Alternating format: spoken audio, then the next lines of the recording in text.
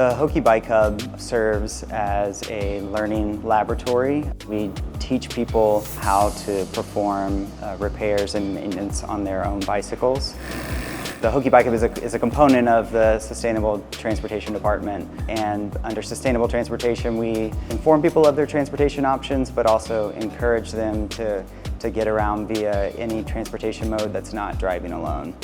We opened in this space in mid-March. Since that time, we've seen a 25% increase in visitation. It's a really great resource for students and employees. Today's kind of kickoff event for this Lunch and Learn series is really about supply them with the knowledge that they need to maybe start biking more or be more confident in the cycling that they already do.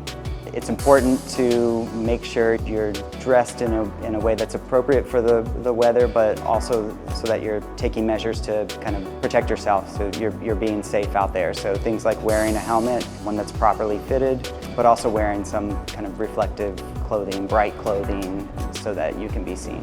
Events like these really help draw people into our space and see everything that we have to offer, especially when it comes to faculty and staff. They typically think this space is for students and are less likely to kind of venture in here and seek out our help.